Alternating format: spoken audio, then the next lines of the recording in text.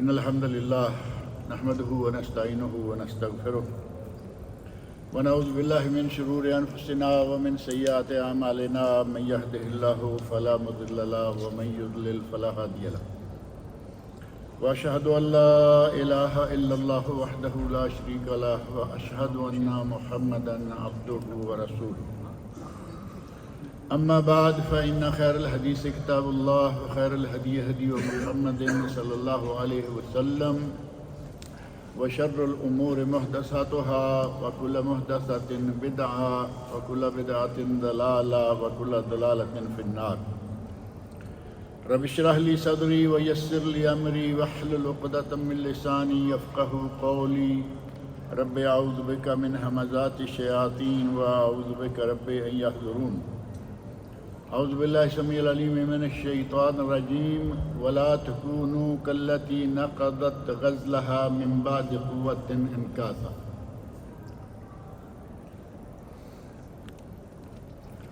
ماہ رمضان اپنی برکات اور ہمارے لیے بے شمار اجر و ثواب بکھیرتا ہوا ہم سے نکل گیا ہے. آمد ہے، یہ بات کل ہم کر رہے تھے اور آج رمضان روانہ ہو چکا ہے. اللہ رب العزت نے سچ ہی فرمایا ہے ایام معدودات، یہ گنتی کے چند دن ہیں، آئے اور گئے. اور اگر تھوڑا سا اسی بات پر غور کریں تو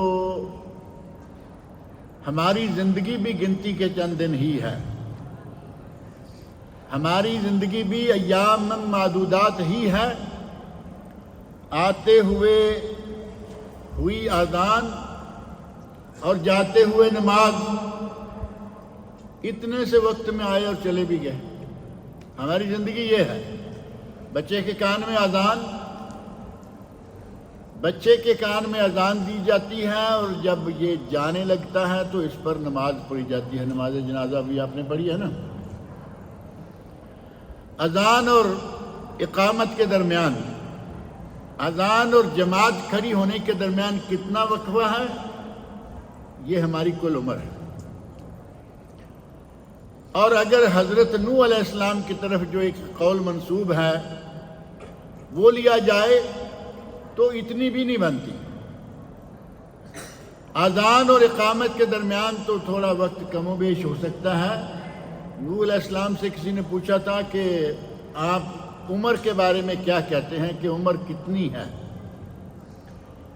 اب انہوں نے 950 سال، 2 4 10 20 اور 100 سال نہیں، 950 سال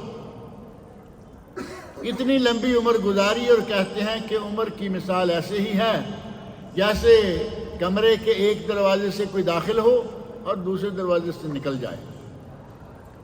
جو وقت اس نے کمرے میں گزارا ہے گزرتے ہوئے وہ زندگی ہے.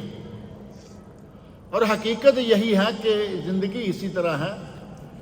آپ دیکھتے ہیں کسی کو دنیا میں صرف ایک چیخ مارنا نصیب ہوتا ہے، ولادت کے وقت چیخ ماری اور ساتھ ہی وفات. کسی کو چند دن مل گئے، کسی کو چند ہفتے مل گئے، کسی کو چند مہینے، کسی کو چند سال، اور بہت لمبی عمر گزاری تو 100 سال، 125 سال.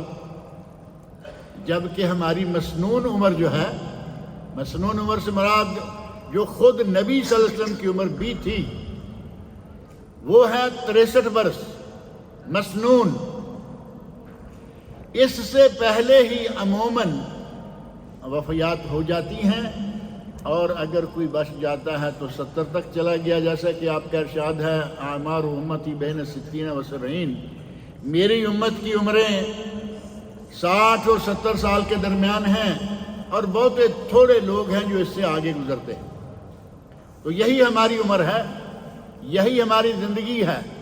جیسے رمضان دیکھتے دیکھتے پل جھپکتے گزر گیا ہے، اسی طرح ہماری زندگی بھی گزر جائے گی. رمضان کی گھڑیوں کو ہم نے بہت غنیمت سمجھا، قرآن کریم کی تلاوت کی، 5 فرض نمازوں کے علاوہ تراویح پڑھی،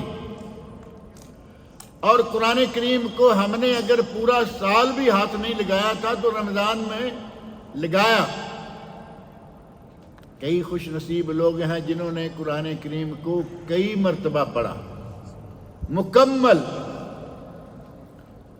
3 دن میں، 5 دن میں، 10 دن میں، اور 2-3 مرتبہ ختم کرنے والے تو بہت ہیں جنہوں نے 2-3 مرتبہ، یعنی 10 دنوں میں 1 سپارہ۔ اور چلیے 3 بھی زیادہ ہے، 2 بھی مان لیتے ہیں زیادہ، لیکن مجھے امید ہے کہ مسلمانوں نے رمضان میں کم از کم 1 مرتبہ تو قرآن پڑھا ہی ہو، اس سے کم کیا ہوگا۔ ہم نے رمضان المبارک میں پل پل کا حساب رکھا، یہ میرا ڈیوٹی کا ٹائم ہے، یہ میرا عبادت کا ٹائم ہے، یہ میرا تلاوت کا ٹائم ہے۔ ہمیں چاہیے کہ رمضان کے گزرنے کے بعد یہ سلسلہ جاری رکھیں۔ رمضان المبارک کو مدرسہ قرار دیا گیا ہے کہ رمضان المبارک ایک مدرسہ ہے۔ مدرسے میں طالب علم کیا لینے جاتا ہے، اسکول میں کیا لینے جاتا ہے؟ سیکھنے کے لیے، پڑھنے کے لیے، اور رمضان المبارک ہمیں پڑھانے کے لیے اور ہمیں سکھلانے کے لیے ہی آتا ہے۔ ہر سال میں 1 مہینہ یہ ہے مدرسہ، ہر سال میں ایک مہینہ ہمارے لیے اسکول، ہمارے لیے کالج، ہمارے لیے یونیورسٹی، ہمارے لیے ایک کورس ہوتا ہے جسے آپ کسی بھی طرح کا کورس کہہ سکتے ہیں، اور اگر کوئی اور نام نہیں تو کم از کم یہ کہہ سکتے ہیں کہ یہ ہمارے لیے ایک ریفریشر کورس ہوتا ہے۔ ہماری وہ صلاحیتیں عمل کے میدان میں، ہماری صلاحیتیں جو گم ہو چکی ہوتی ہیں، مرتی نہیں۔ مسلمان میں عمل کی صلاحیت کبھی نہیں مری، دھیمی پڑ جاتی ہے، کم پڑ جاتی ہے، گم ہو جاتی ہے، مرتی نہیں۔ رمضان المبارک کا مہینہ آتا ہے، وہ اسے کھڑے کر دیتا ہے، واپس لا دیتا ہے، دوبارہ اس میں تازگی، تر و تازگی پیدا کر دیتا ہے۔ اللہ رب العزت نے یہ مہینہ ہمارے لیے مدرسے کا مہینہ بنایا، اور جس طرح یہ گزر گیا ہے اس طرح زندگی گزر جائے گی۔ اس بات کو ذہن میں پکی طرح بٹھا لے تو پھر انشاءاللہ خیر ہے۔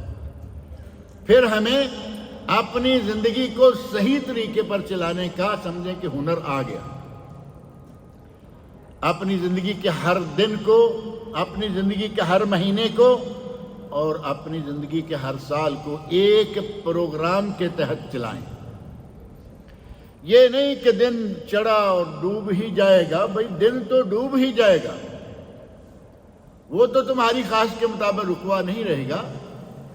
دن چڑھتا ہے، ڈوبتا ہے، لیکن اگلے دن پھر چڑھ آتا ہے۔ ہم نے اگر کہیں ٹھوکر کھائی بھی ہے تو ہمیں واپس پلٹنا ہے۔ ہمیں رمضان المبارک سے جو کچھ سیکھا ہے ہم نے اسے اپنی زندگی میں نافذ بھی کرنا ہے۔ ہمیں رمضان المبارک میں کیا کچھ سکھلایا، قرآن کریم کے ساتھ تعلق قائم رکھو۔ ایک مرتبہ رمضان میں پڑھا تھا، اب اس کا معنی یہ نہیں ہے کہ بس یہ اگلے رمضان کے لیے کافی ہے، اگلے رمضان تک کے 11 مہینوں کے لیے کافی ہو گیا، نہیں۔ اب یہ پروگرام پکا کرو کہ کم از کم 1 سپارہ۔ چلیے کام کاج والے، محنت مزدوری والے لوگ ایک نہیں، آدھا ہی صحیح، 2 مہینوں میں تو ختم ہو جائے۔ اتنا بھی نہیں کر سکتے تو اس کو 3 مہینوں میں تقسیم کر لیں۔ اب 3 مہینے میں بھی قرآن کریم آدمی نہ پڑھے، اب بتاؤ کہ ہم کیا اہل قرآن کہلانے کے لائق رہیں گے؟ 3 مہینے، 4 مہینے، 5 مہینے، پورا سال گزر جائے اور ہم قرآن کریم کو چھو کے میں نہ دیکھے یہ قرآن ہمارے لیے نازل کیا گیا۔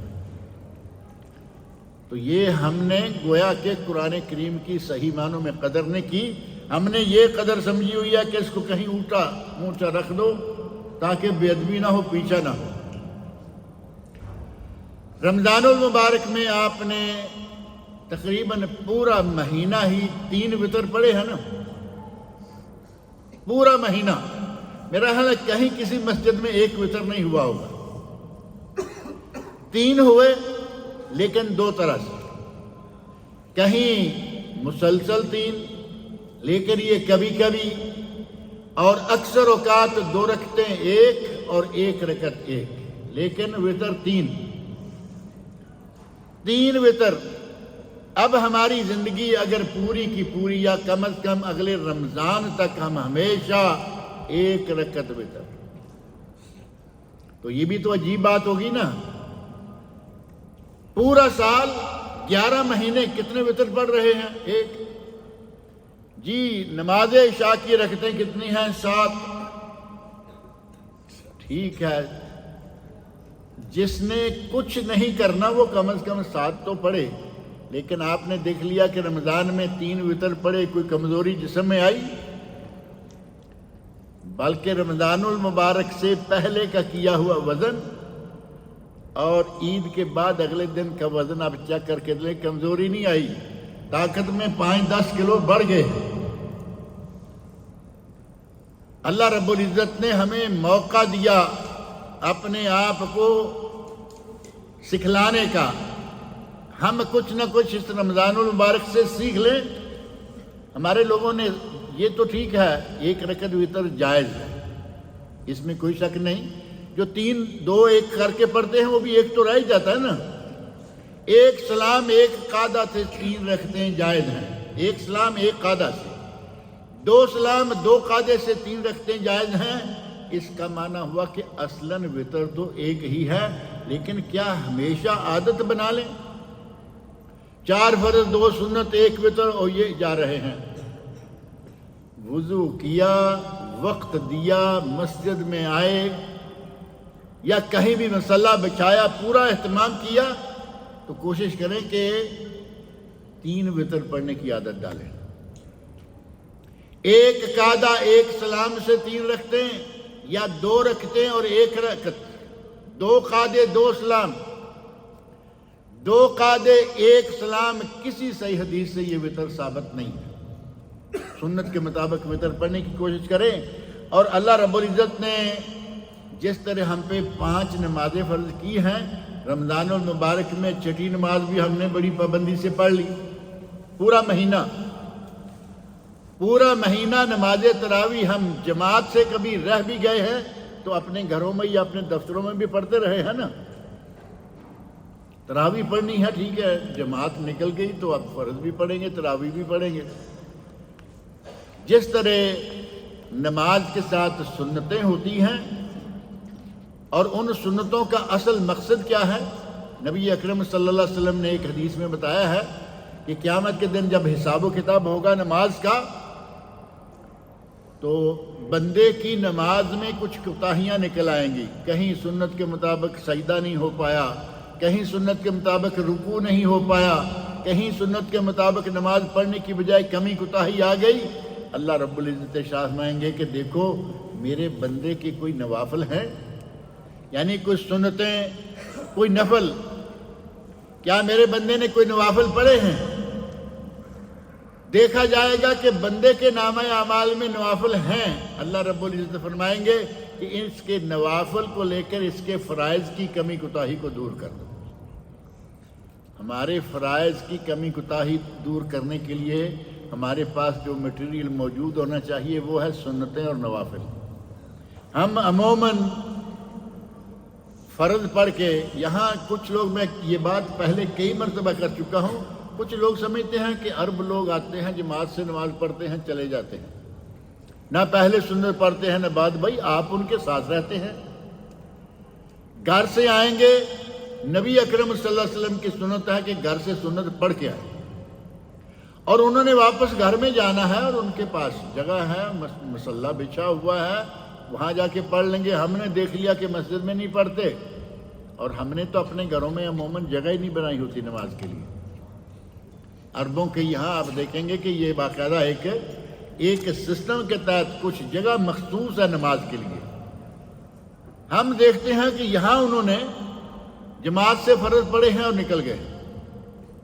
ان کو نکلنے ہی دیجئے آپ، ٹھیک ہے، آپ کے سامنے نہیں پڑھتے، ہمیں تو معلوم ہے نا کہ ایک دن میں کتنی رکعتیں واجب فرائض کے بعد کتنی رکعتیں سنت مؤکدہ ہیں؟ 12 رکعت۔ ان 12 رکعتوں میں سے 2 کا کنسیشن دیا جا سکتا ہے، اور وہ ہے ظہر کے پہلے 2۔ 4 صحیح حدیث میں ثابت ہیں اور 2 بھی صحیح حدیث میں ثابت ہیں۔ اب کنسیشن والی بات ہے، ظہر سے پہلے 4 نہیں 2 پڑھ لیجیے، تو بھی سنت مؤکدہ 10 رہ گئی۔ ان 10 کو بھی آدمی نہ پڑھے تو پھر اس کا مطلب یہ ہوا کہ آپ اپنے فرائض کی کمی بیشی کو دور کروانے کے لیے تیار نہیں۔ ٹھیک ہے، فرائض میں کمی، اللہ تعالیٰ ہمیں معاف کرے، آپ کو سب کو، تمام مسلمانوں کو اللہ جنت کا وارث بنائے۔ وہاں چھوٹی موٹی کمی میں قابو آ گیا تو بہت مشکل ہے، اور اگر نوافل پڑھنے سے وہ کمیاں نکل گئیں، نبی صلی اللہ علیہ وسلم فرماتے ہیں کہ جو حقوق اللہ ہیں ان میں سے سب سے پہلے جس چیز کا سوال ہوگا وہ نماز ہوگی۔ دوسری حدیث میں ہے کہ سب سے پہلے جس کا سوال ہوگا یا حساب ہوگا وہ خون ہے۔ اب یہ 2 الگ الگ حصے ہیں، پہلا خون، پہلا نماز، لیکن یہ دونوں الگ الگ قسم کے ہیں۔ نماز ہے حقوق اللہ، حقوق اللہ میں سے سب سے پہلے حساب ہوگا نماز کا، اس کے بعد روزہ، حج اور زکوٰۃ، اور حقوق العباد جو ہیں اس میں سے سب سے پہلے حساب ہوگا قتل کا، خون کا۔ حقوق العباد، کسی کو مارا، کسی کو گالی دی، کسی کی غیبت کی، کسی کی بے عزتی کی، کسی کی پگڑی اچھالی، کسی کا قتل کیا، ان میں سے سب سے پہلے حساب ہوگا قتل کا۔ اور نبی صلی اللہ علیہ وسلم اسی حدیث میں فرماتے ہیں جس کی نماز کا موضوع صحیح نکل گیا اب وہ آگے بھی صحیح نکل گیا۔ یعنی سب سے زیادہ اہم ضرورت ہمیں یہ ہے کہ ہم اپنی نماز کو ٹھیک ٹھاک مکمل طریقے سے ادا کریں۔ کہیں ہم نماز کے معاملے میں نہ پھنس گئے، جو نماز کے معاملے میں پھنس گیا اس کا پھر آگے نکلنا بھی مشکل ہو جاتا ہے۔ اور کام تو اتنا بڑا ہے نہیں، وضو کیا ہے، مسجد میں آئے ہیں، 4 فرض پڑے ہیں، پہلے اگر کوئی ہے، عصر سے پہلے کوئی مؤکدہ سنت نہیں ہے، مغرب سے پہلے کوئی مؤکدہ سنت نہیں ہے، عشاء سے پہلے کوئی مؤکدہ سنت نہیں ہے، بعد میں 2 سنتے ہیں، فجر سے اور ظہر سے پہلے 2۔ کیا اتنی محنت آئے گی؟ معمولی سستی کے نتیجہ میں ہم یہ سنتیں چھوڑ دیتے ہیں، اور پوچھیں تو فوری طور پہ عرب لوگ میں کوئی نہیں پڑھتا۔ یہ آپ کے پاس کوئی دلیل نہیں ہے، عرب فرض بھی نہ پڑھیں گے تو کیا فرض بھی چھوڑ دیں گے؟ وہ نہیں پڑھتے، نہ پڑھیں، آپ پڑھیں۔ ہمیں نبی اکرم صلی اللہ علیہ وسلم کے ارشادات پر اور آپ کے عمل پر ہم نے عمل کرنا ہے۔ سنتیں پڑھیں، نوافل پڑھیں، اور اس سستی کو چھوڑیں۔ اس سستی کو کہا گیا کہ یہ بندے کا اپنے آپ پر ظلم ہے۔ اللہ رب العزت تو کسی پر ظلم نہیں کرتا۔ لیس بظلام للعبید، اللہ رب العزت اپنے بندوں پر ذرہ برابر بھی ظلم کرنے والا نہیں ہے۔ اگر ظلم کرتے ہیں تو بندے خود اپنے آپ پر کرتے ہیں۔ سورہ بقرہ کی آیت نمبر 57 میں اللہ تعالیٰ نے فرمایا ہے وَلَٰكِنْ كَانُوا أَنفُسَهُمْ يَظْلِمُونَ، ان کے اپنے آپ پر یہ خود ظلم کرتے ہیں، اور یہ معمولی سستی کر کے ہم اپنے آپ پر ظلم کرتے ہیں۔ ہمیں اس سستی کو چھوڑنا ہوگا۔ اس رمضان المبارک میں ایک چیز ہم نے اور سیکھی، اور وہ بڑی اہم چیز ہے، اور وہ ہے تمباکو نوشی کو ترک کرنا۔ اگر کچھ لوگوں نے نیت کر کے رمضان میں یہ رکھ لیا تھا کہ ہم اس رمضان میں سگریٹ، بیڑی، سگار، حقہ، شیشہ، یہ ساری چیزیں چھوڑ دیں گے، اگر اس نے رمضان سے پہلے نیت کر وہ الحمدللہ چھوڑ چکا ہو، کیونکہ رمضان ایک بہترین مدرسہ ہے اس معاملے میں، بہترین کورس ہے اس معاملے میں۔ جب آپ 12-13 گھنٹے بغیر سگریٹ پیے زندہ بچ سکتے ہیں تو کیا خیال ہے باقی وقت نہیں بچ پائیں گے؟ اور اس رمضان میں تو چیک کر لیا نا، سگریٹ پینے والوں نے پہلے چھوڑ دیں کہ نہیں توجہ تھی، اس مرتبہ شروع میں بھی ہم نے یہ بات ذکر کی تھی کہ اگر آپ چاہیں تو رمضان المبارک میں سگریٹ نوشی، تمباکو نوشی ترک کر سکتے ہیں، اور بہت آسانی سے۔ اللہ رب العزت نے یہ موقع دیا تھا، امید ہے کہ بہت سارے لوگ انشاءاللہ چھوڑ چکے ہوں گے، اور اگر نہیں چھوڑ چکے تو نبی اکرم صلی اللہ علیہ وسلم کے ارشادات کو اپنے سامنے رکھیں۔ نبی صلی اللہ علیہ وسلم ارشاد فرماتے ہیں کہ آدمی مسجد میں آئے اور وہ پیاز یا لہسن، ان دو چیزوں میں سے کھا کر مسجد میں نہ آئے، لہسن اور پیاز۔ اب یہ دونوں حلال چیزیں ہیں، ان دونوں حلال چیزوں کو کھانے کے بعد بھی نبی صلی اللہ علیہ وسلم فرماتے ہیں کہ مسجد میں نہ آؤ، کیونکہ منہ سے بدبو آئے گی، اور فرمایا ان الملائکۃ تتعذی مما یتعذی منہ الانسان، وہ بدبو یا وہ کام جس سے انسان کو اذیت پہنچتی ہے اسی سے فرشتے کو بھی اذیت پہنچتی ہے۔ تم اپنے دائیں بائیں والے کو پریشان کرتے ہو اپنی بدبو سے، اور بدبو کے ببوکے پچھلی دن میں یہاں ذکر کیا کہ افطاری کرنے کی پتہ نہیں کھجور کیسے یہ نگل لیتے ہیں، نہیں تو کھجور سے بھی پہلے یہ سگریٹ سلگائیں۔ بلکہ کبھی کبھی سننے میں آتا ہے کہ سحری کا آخری کام بھی سگریٹ اور افطاری کا پہلا کام بھی سگریٹ۔ حد ہو گئی اس روزے کے ساتھ مذاق کی کہ سگریٹ کے ساتھ روزہ کھولنا۔ اللہ رب العزت سے ڈرنا چاہیے۔ نبی صلی اللہ علیہ وسلم نے حلال چیز کھا کے مسجد میں آنے سے روکا، کیونکہ اس کی بدبو ہے، اس کو روسٹ کر کے کھاؤ کوئی بات نہیں، بدبو ختم ہو جائے گی۔ اور سگریٹ جسے کسی نے آج تک حلال نہیں کہا، تمباکو چاہے کسی بھی رنگ میں ہے، کبھی کسی عالم نے اس کو حلال نہیں کہا۔ اگر کوئی بڑا نرم کر کے فتویٰ دیتے ہیں تو مکروہ کا، ناپسندیدہ ہر حال میں ہے۔ اب آپ روزہ کھولیں، سگریٹ سلگائیں، منہ کو بدبودار کریں، مسجد میں آنے کے لیے خوشبودار کرنا چاہیے تھا اپنے آپ کو بدبودار کریں اور سیدھے مسجد میں آ جائیں۔ کیا فرشتوں کو آپ آرام پہنچائیں گے؟ جو لہسن اور پیاز کی بدبو کو نبی اکرم صلی اللہ علیہ وسلم نے منع فرما دیا، اور یہ تو ہے بھی حرام یا کم از کم مکروہ۔ ایک بہترین موقع رمضان تمباکو نوشی چھوڑنے والوں کے لیے ایک اچھا کورس تھا، اگر کسی نے یہ کورس کر لیا ہوتا۔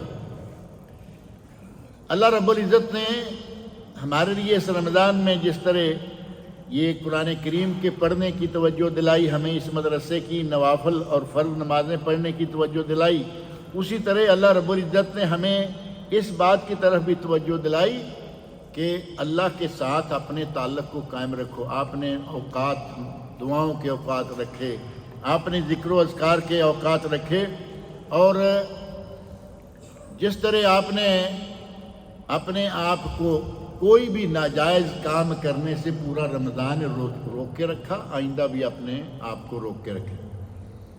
یہاں ایک بات اور ذکر کر دوں، بعض لوگ سمجھتے ہیں کہ کھانے پینے کا کیا ہے، ٹھیک ہے جی مکروہ ہے تو مکروہ ہے، لیکن فرق کیا پڑتا ہے؟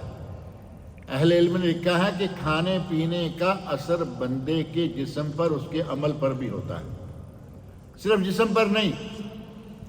نبی اکرم صلی اللہ علیہ وسلم نے حتیٰ کہ پہلے خود قرآن کریم میں اللہ رب العزت نے خنزیر کو حرام قرار دیا ہے۔ کیا خیال ہے کہ اس میں کوئی خیر ہوگی جسے نبی صلی اللہ علیہ وسلم نے اور قرآن کریم نے حرام قرار دیا؟ اور یہ بات آج میڈیکل نے ثابت کر دی ہے کہ خنزیر کھانے والے کے جسم میں اور خنزیر کے اپنے گوشت میں غیرت کو قتل کرنے والا مادہ پایا جاتا ہے۔ غیرت کو قتل کرنے والا، یعنی خنزیر کا گوشت کھانے والا آدمی بے غیرت ہو جاتا ہے۔ آپ کو یہ بات یورپ میں بڑی آسانی سے سمجھنے کو مل جائے گی۔ جو غیرت آج مشرق میں مسلمانوں کو اللہ رب العزت نے دے رکھی ہے، وہاں کافروں کے پاس یہ بات نہیں ہے۔ ان کے لیے اتنا کافی ہے کہ میرا بیڈ، آپ غور کرنا، میرا بیڈ پلید نہیں کرنا، یعنی میرے بیڈ پہ کسی غیر آدمی کو، غیر مرد کو نہیں لانا، اور باہر جا کے وہ جو چاہے کرتی پھرے، شوہر کو ذرہ غیرت نہیں اس معاملے الا شاذ۔ خنزیر کا گوشت انسان کے دل و دماغ سے غیرت ختم کر دیتا ہے، اور یہ تو دور کی بات ہے، آپ اندازہ کریں نبی اکرم صلی اللہ علیہ وسلم نے بعض ایسے چیزوں کے بارے میں، مثلا اونٹوں کا گوشت کھائے تو فرمایا وضو کر لے۔ اونٹوں کا گوشت حلال ہے یہ نہیں، لیکن وضو کرنے کا حکم کیوں دیا؟ صحابی پوچھتے ہیں یا رسول اللہ کیا ہم بکریوں کے بارے میں نماز پڑھ لیں؟ فرمایا پڑھ لو۔ اونٹوں کے بارے میں نماز پڑھ لیں؟ فرمایا اونٹوں کے بارے میں نماز نہ پڑھ۔ اور نبی اکرم صلی اللہ علیہ وسلم کا ارشاد ہے کہ اونٹ میں کچھ شیطانی فطرت پائی جاتی ہے، اونٹ میں شیطانی فطرت پائی جاتی ہے۔ بڑے قد کا جانور ہے، منہ کھولے گا، سر سے پکڑ کے ممکن ہے باڑے سے اٹھا کے باہر مارے، گردن توڑ دے، ہڈی توڑ دے، کچھ نہ کچھ کر دے، اس کے بارے میں نماز نہ پڑھو۔ اس کی جہاں لید ہوگی، جہاں اس کا کچرا ہوگا، وہاں بھی نماز نہ پڑھو۔ بکریوں کے باڑے میں کہاں نماز پڑھ لو؟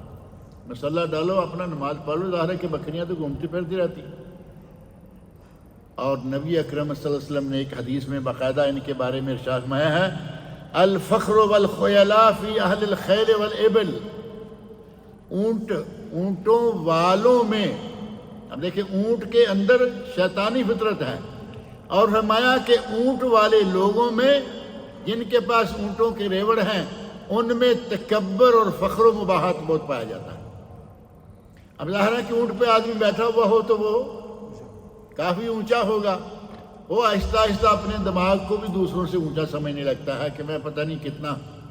ویسے بھی آج کل آپ کو معلوم ہے اونٹ بڑے قیمتی ہیں، ایک ایک اونٹ کی ملینز کے حساب سے قیمت ہے، ہر اونٹ کی نہیں لیکن بعض اونٹ ملینز کے، بعض گھوڑے ملینز کے۔ نبی صلی اللہ علیہ وسلم فرماتے ہیں کہ اونٹوں والوں میں فخر و تکبر بہت زیادہ، والسکینہ فی اہل الغنم، اور بکریوں والوں میں رحم و کرم اور سکینت زیادہ۔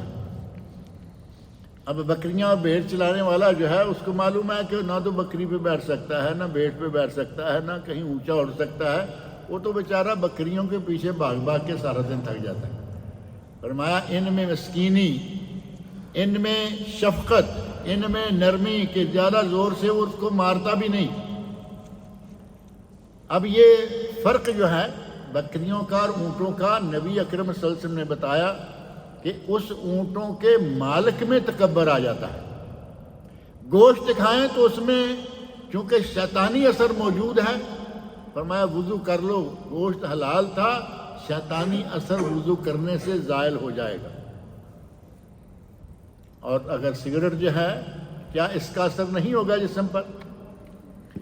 مالی نقصان، جانی نقصان اور روحانی سب سے بڑا نقصان کہ اس آدمی کو تو مسجد میں ہی نہیں آنا چاہیے، اس سے بڑا اور نقصان کیا ہوگا؟ لیکن ہم دن دناتے ہوئے مسجدوں میں آتے ہیں، پتہ ہے کہ مسجد کس کے باپ کی ہے؟ ہماری بھی ہے۔ نبی اکرم صلی اللہ علیہ وسلم نے فرمایا کہ ہماری مسجد میں وہ نہ آئے۔ اللہ رب العزت نے ہمیں بہت سارے اعمال خیر بتائے، ان سے رمضان المبارک سے ہم نے نوافل پڑھنے کا، قرآن کریم کی تلاوت کرنے کا، اور اللہ رب العزت نے جس طرح دیکھیں فرضوں کے ساتھ سنتیں رکھی ہیں نمازوں کی، اور اللہ رب العزت نے حج فرض کیا ساری عمر میں ایک مرتبہ، لیکن عمرہ نفل رکھا، ساری عمر آپ کرتے رہیں۔ اسی طرح زکوٰۃ سال میں ایک مرتبہ فرض ہے، لیکن صدقات و خیرات سارا سال اور ہر وقت اور ہر دن ہر رات جب چاہیں کریں اور کرنا چاہیے۔ ہمارے یہاں یہ بڑا المیہ ہے کہ ہم ایک مرتبہ زکوٰۃ نکال لیں تو پہلی بات تو یہ ہے کہ ہم زکوٰۃ کو ہی اتنا سنبھال کے رکھ لیتے ہیں کہ اگلا پورا سال گزرنے تک ہم اسی زکوٰۃ کو ہی بانٹیں گے۔ یہ بات میں نے یہاں کئی مرتبہ ذکر کی ہے کہ یہ عمل غلط ہے۔ آپ نے اس سال کی زکوٰۃ رمضان میں نکالی ہے، رمضان میں بانٹ دیں، زیادہ سے زیادہ یہ ہے کہ ایک آدمی چھٹی جانے والا ہے، وہ سمجھتا ہے کہ میں جا کے اپنے ہاتھ سے صحیح جگہ دیکھ کر دوں گا، ٹھیک ہے، 2 4 10 دن 20 دن مہینہ کر لیجئے، لیکن پورا سال اس کو آپ سنبھالے رکھیں، کسی کی تنخواہ لگائی ہوئی ہے، کسی کو مہینہ، کسی کو 15 روزہ، کسی کو ہفتہ وار، یہ جائز نہیں ہے۔ اس کا ایک ہی طریقہ ہے اگر ایسا کرنا ہے تو، اور وہ طریقہ یہ ہے کہ آج کی زکوٰۃ آپ نکال کے بانٹ دیجئے۔ مثال کے طور پر اس مرتبہ آپ کی زکوٰۃ نکلی 50,000 ریال، 50,000 ریال نکالیے اور بانٹ دیجئے، ایک 50,000 اور نکالیے اگلے سال کی ایڈوانس۔ اب یہ 50,000 جو دوسرا ہے، اس کو پورے سال میں جیسے چاہے آپ بانٹیں، آپ کی مرضی، کیونکہ یہ ایڈوانس ہے اگلے سال کی، لیکن اسی سال کی زکوٰۃ ہے، اس کو لٹکائیں۔ فرض اللہ رب العزت نے زکوٰۃ رکھی، لیکن سال کے دوران فرمایا کہ آپ صدقہ خیرات کرتے ہو۔ اسی طرح مختلف جو فرائض ہیں ان کے ساتھ اللہ رب العزت نے نوافل بھی رکھے ہیں، اور نمازیوں کے سلسلہ میں خاص طور پر یہ بات ذہن میں رہے کہ رمضان میں ہم نے نمازیں پڑھی، الحمدللہ، نوافل بھی پڑھے، تراویح بھی پڑھی، آئندہ بھی ہم نے یہ سارا سلسلہ قائم رکھنا ہے۔ ایسا نہ ہو کہ ہم ان نمازیوں میں سے ہو جائیں، کچھ نمازی آپ کے علم میں ہے نا کہ وہ صرف رمضان میں نماز پڑھتے ہیں، تو وہ کون ہوئے؟ رمضانی ہوئے یا رحمانی ہوئے؟ وہ نہ ربانی ہوئے نہ رحمانی ہوئے، وہ رمضانی ہوئے۔ ہم نے رمضانی نہیں بلکہ رحمانی ربانی بننا ہے، رمضان کے مہینے کے بعد بھی نمازوں کا سلسلہ قائم رہے۔ بلکہ میں نے کئی ایک مرتبہ یہ بات ذکر کی ہے، نمازیوں کی 5 قسمیں الگ الگ، میرا خیال ہے کسی کو یاد ہے یا نہیں، دہرا دیتے ہیں۔ نمازیوں کی 5 قسمیں، ایک تو یہ رمضانی کر لیں، صرف ماہ رمضان میں نماز پڑھتے ہیں اور پابندی سے پڑھتے ہیں، یہ رمضانی ہیں، رحمانی یا ربانی نہیں۔ ایک ہیں 8 کے نمازی، جمعہ باقی کوئی نماز نہیں، ہفتے میں کتنی نمازیں آتی ہیں پرواہ نہیں، 40ویں نماز 8ویں دن جا کے جمعہ ضرور پڑھتے ہیں۔ یہ 8 کے نمازی، کچھ 360 کے نمازی، 360 والے جنہوں نے یہ بدھ کو پڑھی نا نماز، ایک بدھ کو پڑھ لی ہے عید کی نماز، اب اگلی عید آئے گی تو دیکھیں گے، وہ 360 دنوں کے بعد آ کے ایک نماز پڑھتے ہیں۔ کچھ ہیں 61 کے نمازی، 5-10 لوگ اکٹھے ہیں، کہیں دعوت کی کسی نے بیٹھے ہیں، وہ سارے اٹھے، بھائی عشاء کی اذان ہو گئی ہے، چلے نماز پڑھتے ہیں۔ وہ ایک آدمی نمازی نہیں ہے، لیکن اب وہ ساتھ جائے گا، شرما شرمی، اب اس کو شرم آ رہی ہے کہ میں بیٹھا رہ جاؤں گا تو یہ لوگ کیا سمجھیں گے، اور گھر والے بھی کہیں گے کہ سارے لوگ تو نماز کو چلے گئے، یہ مجلس میں اکیلا کون بیٹھا ہوا ہے۔ یہ ہے 61 کا نمازی، پھنسا ہوا۔ اور ایک ہیں کھاٹ کے نمازی، وہ صرف نماز جنازہ پابندی سے پڑھتے ہیں، اگر کوئی آدمی فوت ہو جائے تو وہاں ضرور جاتے ہیں۔ کھاٹ ہے نا، سامنے چارپائی پڑی ہے، پیچھے آ کے اس نے نماز شروع کر لی، اور یہ نمازی بھی کوئی اللہ کے لیے نماز نہیں پڑھنے کے لیے آ رہا، اللہ کے لیے پڑھتا تو باقی نمازیں بھی پڑھتا، یہ سوچتا ہے کہ کل کو میرے باپ نے بھی مرنا ہے، آج میں ان کی نماز جنازہ میں نہیں گیا تو میرے باپ کی نماز جنازہ میں بھی کوئی نہیں آئے گا۔ یہ اپنے باپ کے جنازے کے لیے نماز پڑھنے والے تیار کرنے کے لیے جنازے کی نماز میں شرکت کرتا رہتا ہے۔ تو یہ نمازی سارے کے سارے اسلام میں نہیں چل سکتے، اسلام میں صرف وہ چلیں گے جن کو کہا گیا 68 کے نمازی، پابند صوم و صلات، روزانہ 5 نمازیں اور رمضان کا پورا مہینہ روزے، صوم و صلات کا پابند اسلامی مسلمان نمازی اس طرح کا ہونا چاہیے، نہ کہ جس طرح یہ ہمارے یہاں چل رہا ہے۔ رمضان سے ہم نے یہ بھی سیکھا کہ گالی گلوچ نہیں کرنا، رمضان کا مہینہ بڑی پابندی سے کوشش کرتے رہے نا کہ بھائی گالی نہیں، گالی گلوچ نہیں، بلکہ نبی اکرم صلی اللہ علیہ وسلم کے ارشاد کو ہم نے اچھی طرح یاد رکھا اذا کان یوم صوم احدکم فلا یرفث ولا یصخب، اگر تم میں سے کسی کا روزہ ہو تو وہ نہ کوئی شہوانی یعنی کوئی فوش حرکت نہ کرے، نہ فوش گفتگو کرے، اور نہ ہی چیخ چنگار شور مچائے۔ ہمارے یہاں یہ دونوں چیزیں بڑی پائی جاتی ہیں، فوش حرکتیں، فوش گفتگو، فوش کلمات، اور پھر چیخ چنگار، معمولی بات پہ چیخنا، دوسرے پہ دھاڑنا، جیسے دنیا میں اب اس سے بڑا کوئی دوسرا ہے ہی نہیں۔ اپنے آپ کو انسان سمجھنا چاہیے اور دوسرے کو بھی، سامنے والے کو انسان سمجھیں گے تو پھر بیلنس قائم رہے گا۔ جب آپ اسے کچھ بھی نہیں سمجھتے تو پھر چیخیں گے، چنگاڑیں گے۔ رمضان میں ہم نے یہ بھی سیکھا کہ روزے کی حالت میں چیخ پکار نہیں کرنی، اس کو قائم رکھیں آئندہ کے لیے بھی۔ اور نبی صلی اللہ علیہ وسلم فرماتے ہیں کہ اگر کوئی ان صابہ احد او قاتلہ، اگر کسی نے گالی دی، اگر کسی نے اس کے گلے پڑنے کی کوشش کی تو اسے جواب دے دیجیے کہ بھائی میں روزے سے ہوں، فَلْيَقُلْ إِنِّي صَائِمٌ۔ اب رمضان کا پورا مہینہ سلامتی کے ساتھ گزر گیا، نہ گالی گلوچ کی، نہ کسی کے گلے پڑے، نہ چیخ چنگاڑ کی۔ جب مہینہ ہم ان چیزوں سے بچے رہے تو کیا خیال ہے اگلا دنوں میں نہیں بچ سکتے ہم؟ اگلے دنوں میں بھی اسی طرح بچے رہیں گے، لیکن صرف ہم نے تھوڑا سا اہتمام کرنا ہے کہ بچ کے رہیں۔ پورا مہینہ ہم نے جھوٹ نہیں بولا۔ رمضان مبارک کے مدرسہ نے ہمیں یہ تعلیم دی کہ جھوٹ بولنے سے روزہ نہیں ہوتا۔ من لم یدع قول الزور، صحیح بخاری کی حدیث، من لم یدع قول الزور والعمل به فلیس للہ حاجہ ان یدع طعامہ وشرابہ۔ جو آدمی جھوٹ بولنا، جھوٹ پہ عمل کرنا نہیں چھوڑتا، اللہ کو اس کے بھوکا پیاسا مرنے کی کوئی ضرورت نہیں۔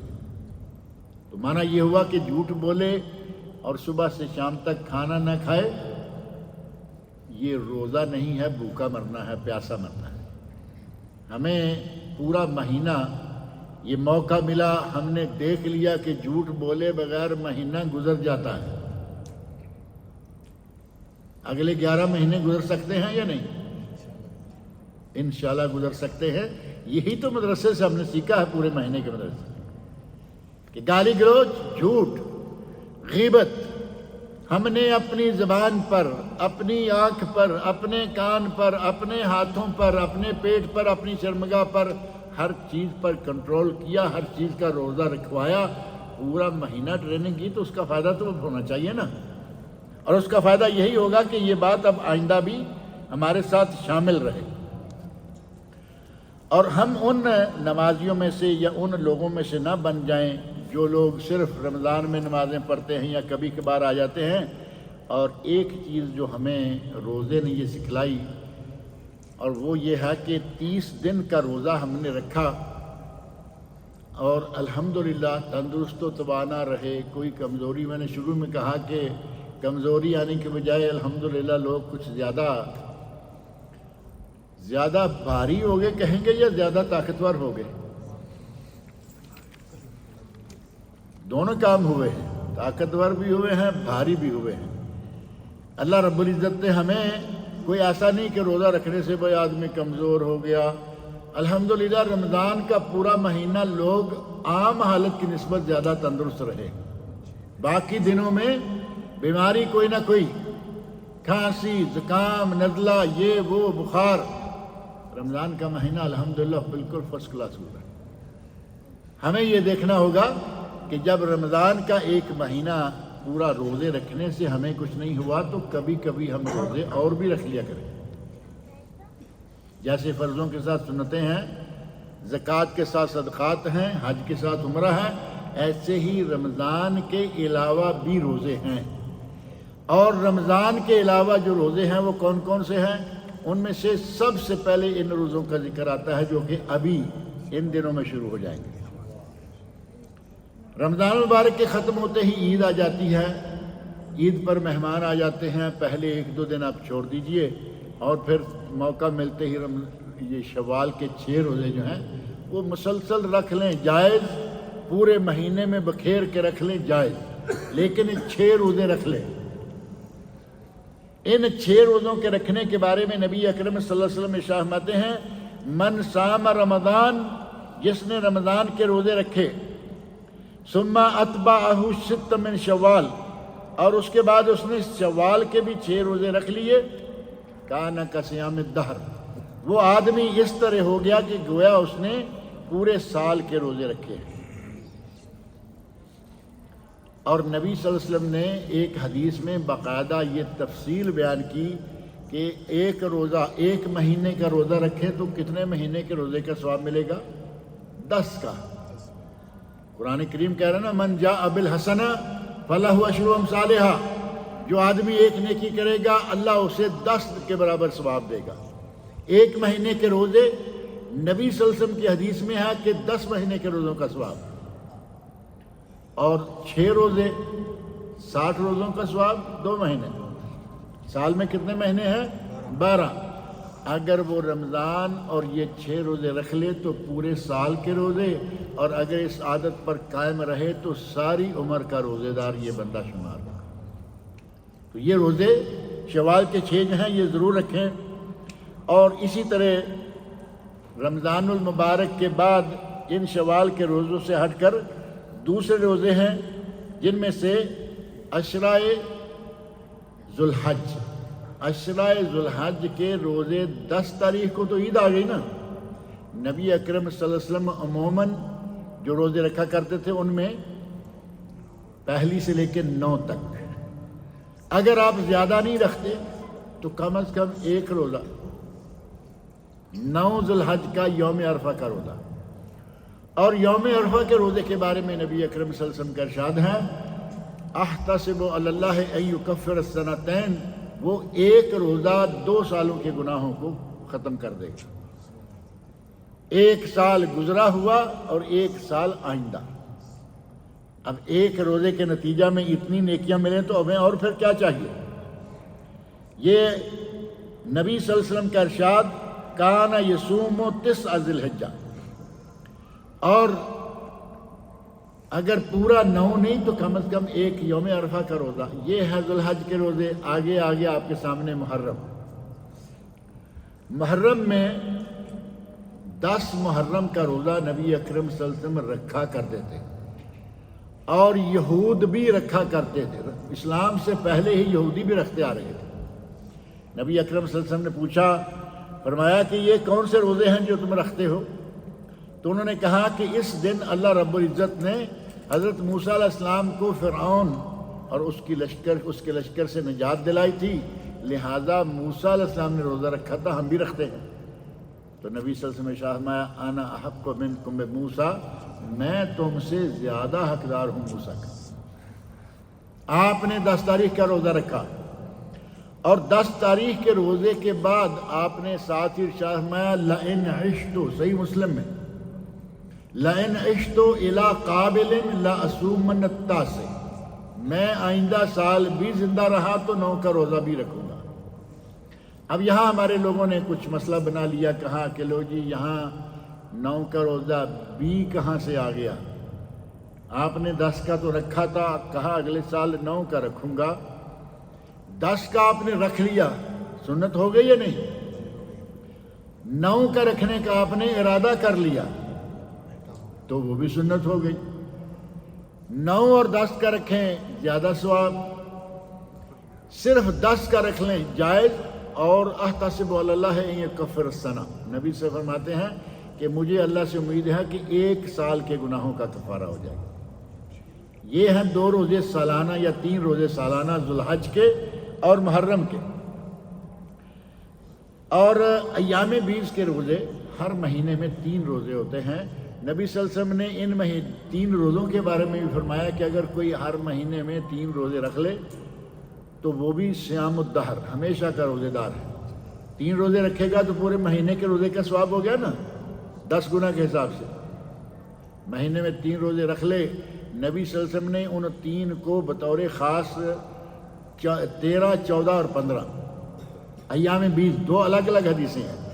ایام بیس نکل جائیں، بعض ہوتا ہے ایک دن نکل گیا، کوئی بات نہیں ہے، اگلے صحیح، لیکن پورے ایک مہینے میں آپ 30 روزے مکمل 10 روزے 3 روزے مکمل کر لیں، آپ کو پورے مہینے کے روزوں کا اللہ رب العزت ثواب عطا کرے گا۔ یہ مہینے کے 3 روزے ہیں، ایام بیس کے روزے یا کسی بھی 3، اور پیر اور جمعرات کے روزے، پیر اور جمعرات، یوم الاثنین اور یوم الخمیس، یہ 2 روزے نبی اکرم صلی اللہ علیہ وسلم رکھا کرتے تھے۔ کانا یصوم، نبی صلی اللہ علیہ وسلم رکھا، کانا یصوم مسلسل رکھا کرتے تھے پیر جمعرات کا روزہ۔ اور یہاں ایک بات یہ بھی ذہن میں رکھیں کہ بعض لوگ کہتے ہیں جی پیر کا روزہ آپ اس لیے رکھا کرتے تھے کہ وہ آپ کی ولادت کا دن ہے۔ چلیے پیر کا تو مان لیتے ہیں کہ آپ کی ولادت کا دن ہے، اور ولادت تو سال میں 1 مرتبہ ہوئی، وہ دن تو 1 مرتبہ آئے گا نا، یا ہر پیر کو ولادت ہوتی تھی؟ اور پیر کے ساتھ جمعرات بھی ہیں، اب جمعرات کا کیا کریں گے؟ اس کا کیا جواب ہوگا؟ ایک حدیث میں آتے ہیں کہ اس دن ولدت فیہ و بعثت فیہ، اسی دن میں پیدا ہوا اور اسی دن مجھے نبوت ملی۔ ان میں سے کسی کو ایسے خاص نہیں کیا کہ میری ولادت کا اس کے ساتھ تعلق ہے، الگ الگ کام ہے۔ اور پھر اسی پر بس نہیں، جو اصل جو نبی اکرم صلی اللہ علیہ وسلم نے سبب بتایا وہ تھا سنن ترمذی اور نسائی میں حدیث ہے، تورد الاعمال علی اللہ، ان 2 دنوں میں یوم الاثنین یوم الخمیس میں بندے کے اعمال اللہ کے حضور پیش کیے جاتے ہیں۔ فَأُحِبُّ أَن يُعْرَضَ عَمَلِي وَأَنَا صَائِمٌ، اور مجھے یہ اچھا لگتا ہے کہ میرے اعمال اللہ کے حضور پیش ہوں تو میں اس وقت روزے کی حالت میں۔ گویا کہ ہمارے اعمال جو ہیں ہر ہفتے میں 2 مرتبہ اللہ کے حضور پیش کیے جاتے ہیں، اور شعبان کے مہینے میں بھی بندے کے اعمال اللہ کے حضور پیش کیے جاتے ہیں۔ اسی لیے دوسرے یا نفلی روزوں میں سے یہ روزے بھی ہیں۔ صحیح بخاری صحیح مسلم میں یہ حدیث موجود ہے کہ نبی اکرم صلی اللہ علیہ وسلم شعبان کے روزے بہت رکھتے تھے، بہت رکھتے۔ بعض آپ نبی صلی اللہ علیہ وسلم کے گھر سے یہ شہادت ملتی ہے، امہات المومنین کہتی ہیں کہ گویا پورا مہینہ ہی وہ بھی روزے رکھ لیتے تھے، لیکن چونکہ 30 دن 29 دن پورا مہینہ سوائے رمضان کے آپ نے کبھی کسی مہینے کے روزے نہیں رکھے، لیکن بظاہر لگتا تھا کہ شاید پورا مہینہ ہی رکھ لیے۔ تو ہم شعبان کے بھی چلیے پورا مہینہ نہیں رکھتے، 13 14 15 رکھ لیں، پہلے اگر آپ رکھتے آ رہے ہیں یہ بھی رکھ لیں، اور ایک وہ بڑا مخصوص دن بھی آپ کو مل جائے گا جس کے لیے آپ گھبرائے رہتے ہیں کہ پتہ نہیں اب ہماری اگلی عمر جو ہے آج کے دن کٹ جائے گی، رہ جائے گی۔ وہ دن معلوم ہے نا اصلاً وہ دن کون سا ہے، وہ رات کون سی ہے؟ رمضان المبارک کی، یہ جو ابھی گزری ہے، 21 23 25 27 29، ان میں سے کوئی ایک۔ لیکن ہمارے یہاں معروف کر دیا گیا 15 شعبان کی رات۔ فیصلے تقدیر کے ہوتے ہیں، قرآن کہہ رہا ہے کہ وہ جس رات قرآن نازل ہوا اس رات فیصلے ہوتے ہیں۔ سورہ دخان میں فیہا یفرق من کل امر حکیم امرا من عندنا، لیکن ایسا ہم ٹیڑھی پٹڑی پہ چڑھے ہیں کہ نہیں جی وہ 15 شعبان۔ اگر آپ ہر مہینے کے یہ 3 روزے 13 14 15 کے رکھتے ہیں، چلیے آپ کی 15 تاریخ بھی اس میں آ گئی، یہ ثواب بھی آپ کو لے لیجیے، لیکن اس نیت سے نہیں کہ یہ 15 کا روزہ رکھ رہا ہوں، ایام 20 کے روزے، اور جو عادی ہے مسلسل۔ ایک صحابی کہتے ہیں کہ یا رسول اللہ، حضرت عبداللہ بن عمر بن عاص رضی اللہ عنہ، دادا وہ بدبخت انسان ہے جو نبی اکرم صلی اللہ علیہ وسلم کا بہت بڑا گستاخ تھا، جس کے قتل کا باقاعدہ نبی صلی اللہ علیہ وسلم نے حکم فرمایا، عاص بن وائل سہمی۔ لیکن آگے 2 بیٹے مسلسل مسلمان ہیں، حضرت عبداللہ بھی مسلمان ہے، حضرت عمر بھی مسلمان ہے۔ حضرت عبداللہ بن عمر بن عاص رضی اللہ عنہما، انہیں نبی اکرم صلی اللہ علیہ وسلم نے وصیت کی تھی۔ انہوں نے کہا یا رسول اللہ میں زیادہ سارا سال روزہ رکھ سکتا ہوں، میں 6 مہینے روزہ رکھ سکتا ہوں، میں اتنا روزہ رکھ سکتا ہوں۔ تو نبی اکرم صلی اللہ علیہ وسلم نے کہا تھا، سم افضل الصوم صوم داؤد، بہترین روزہ جو ہے تم وہ روزہ رکھ لیا کرو، صوم داؤدی، ایک دن روزہ ایک دن چھٹی۔ اب دیکھیں کہ ہمارے پاس روزے رکھنے کے کتنے چانس ہیں، وہ سارے چھوڑ دیں گے، یوم معراج شب معراج کا روزہ رکھ لیں گے، سارے دن چھوڑ دیں گے، شب برات کا روزہ رکھ لیں گے، دونوں جگہوں پر روزہ ثابت نہیں رکھیں گے، اور اتنے بے شمار ثابت ہیں ان کی ہمیں پرواہ نہیں ہوگی۔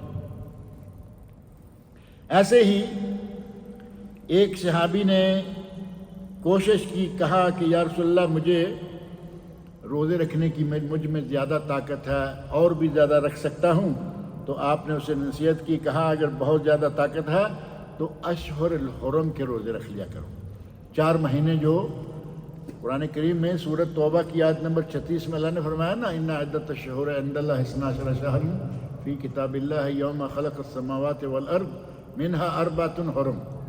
اللہ کے یہاں مہینوں کی تعداد 4، یوم خلق السماوات والارض، جب سے اللہ نے زمین و آسمان بنائے ہیں، منہا 4 حرم، ان میں سے 4 مہینے حرمت والے۔ ان 4 مہینوں کی قید یا تحدید نبی اکرم صلی اللہ علیہ وسلم نے فرما دی کہ وہ ذوالقعدہ، ذوالحجہ، محرم اور صفر، یہ 4 مہینے ہیں۔ نبی سے فرمایا کہ ان 4 مہینوں کے روزے رکھ لیا کرو۔ اگر کوئی چاہے تو 6 مہینے، ایک دن روزہ ایک دن چھٹی، چاہے تو 4 مہینے، چاہے تو مہینے میں 3 دن، چاہے تو ہر ہفتے میں 2 دن۔ اللہ کے بندو اتنے روزے ہیں، سارے چھوڑ کے ہمیں صرف شب برات کا اور معراج کا رکھنا ہے، جس کا کوئی ذکر نہیں ملتا کہیں۔ ہمیں رمضان المبارک میں نے یہ بھی سبق دیا ہے کہ ہم روزے رکھا کریں اور نفلی روزوں کا اہتمام کریں، اور کچھ روزے ایسے ہیں کہ جن کا رکھنا جائز نہیں ہے، کچھ دن ایسے ہیں جن میں روزہ رکھنا مکروہ ہے۔ مثلا آدمی کہے کہ رمضان کے پورے عادی ہیں، چلیں عید کا بھی رکھ لیتے ہیں۔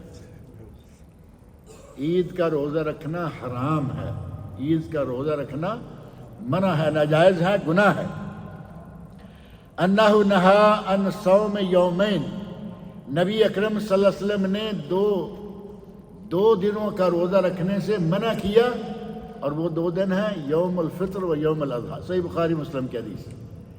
ان 2 دنوں میں چاہے عید الفطر ہو یا عید الاضحیٰ، ان 2 دنوں میں روزے رکھنا جائز نہیں ہے۔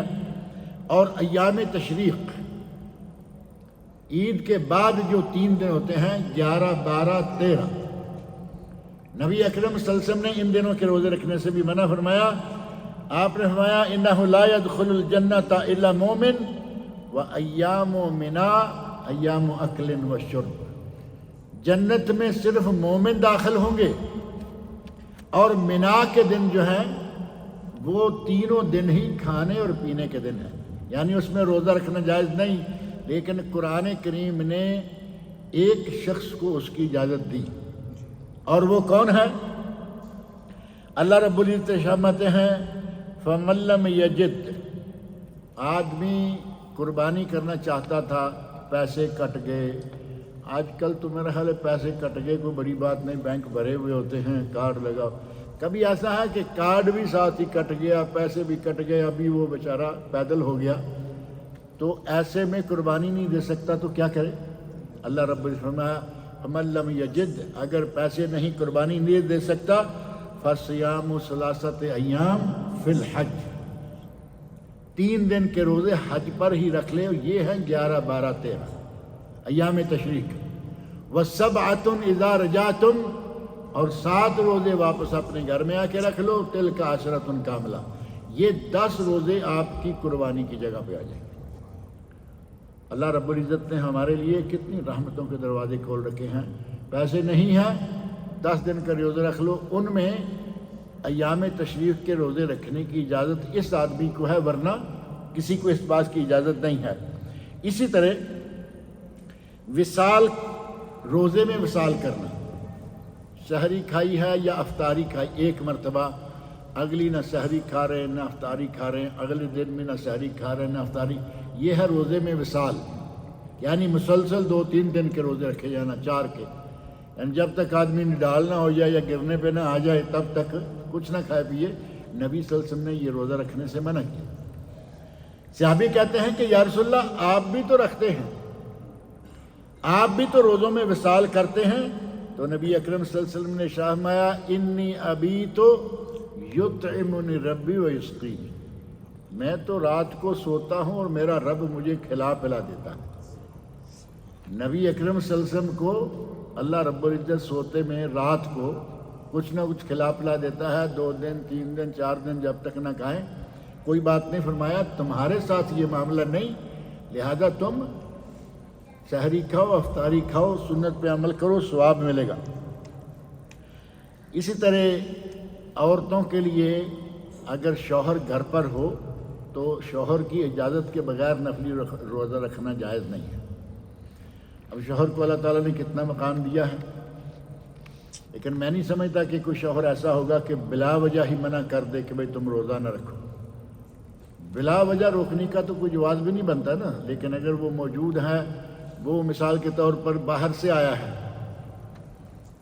سال بھر باہر رہ کر شوہر اپنے وطن لوٹا اور بیوی نے کہا کہ صبح تو پیر ہے میں تو روزہ رکھوں گی، اب کیا خیال ہے؟ چاہیے اسے روزہ رکھنا؟ نہیں چاہیے، شوہر کا بھی حق ہے۔ اور بعض معاملات میں جب ہمیں اسلام نے باقاعدہ اس معاملے میں شوہر کے حق کو نفل سے زیادہ قرار دیا ہے، نبی صلی اللہ علیہ وسلم فرماتے ہیں، یہ نبی صلی اللہ علیہ وسلم کا اپنا ارشاد ہے کہ جب عورت لا یحل لامرأۃ ان تصوم وزوجها شاہد، عورت کا شوہر گھر میں موجود ہے تو وہ روزہ نہ رکھے الا باذنہ، سوائے اس کے کہ وہ اس سے اجازت لے لے۔ صحیح بخاری اور مسلم کے بھی۔ اب رہا مسئلہ یہ کہ شوہر مثلا سعودیہ میں ہے، بیوی انڈیا، پاکستان، بنگلہ دیش کسی دوسرے ملک میں ہے، اب اس کو اجازت لینے کی بھی کوئی ضرورت نہیں کیونکہ شوہر موجود نہیں۔ یہ شرط اس کے لیے ہے جس کا شوہر اس کے ساتھ موجود ہے۔ اور پھر شک کے دن کا روزہ رکھنا، جیسا کہ رمضان سے بھی پہلے شعبان کے آخری دنوں میں یہ بات ذکر کی تھی کہ نبی اکرم صلی اللہ علیہ وسلم نے شک کے دن کا روزہ رکھنے سے منع فرمایا ہے۔ آپ نے فرمایا لا یتقدمن احدکم، تم میں سے کوئی شخص 1 یا 2 دن رمضان سے پہلے روزہ نہ رکھے الا ان یکون احد یصوم صومہ، سوائے اس کے کہ کوئی مسلسل روزے رکھتا آ رہا ہے، پیر جمعرات کا روزہ رکھتا تھا، پیر جمعرات کا کوئی ایک دن جو ہے وہ رمضان سے 1 دن پہلے آ گیا، رکھ لے۔ ایسے ہی کوئی آدمی 1 دن روزہ 1 دن چھٹی کرتا آ رہا ہے، 1 دن پہلے رمضان سے اس کا آ گیا، رکھ لے۔ یہ ہے الا رجل کان یصوم صومہ فلیصم، اگر کوئی آدمی روزے رکھتا تھا تو وہ رکھ لے، اور اگر نہیں رکھ رہا تھا تو حدیث میں ہے من صام الیوم الذی یشک فیہ فقد عصی عبد القاسم، جس نے کسی شک والے دن کا روزہ رکھا اس نے نبی صلی اللہ علیہ وسلم کی نافرمانی کی۔ اب نبی صلی اللہ علیہ وسلم کی نافرمانی میں اجر یا ثواب کہاں سے آئے گا؟ اور ایک وہ لوگ ہیں جو کبھی کبھی حد سے بڑھتے ہیں، زیادہ ہی نیک ہو جاتے ہیں، اللہ رب العزت نے اس زیادہ نیک ہونے والے کی نیکی کو بھی بیکار قرار دے دیا ہے۔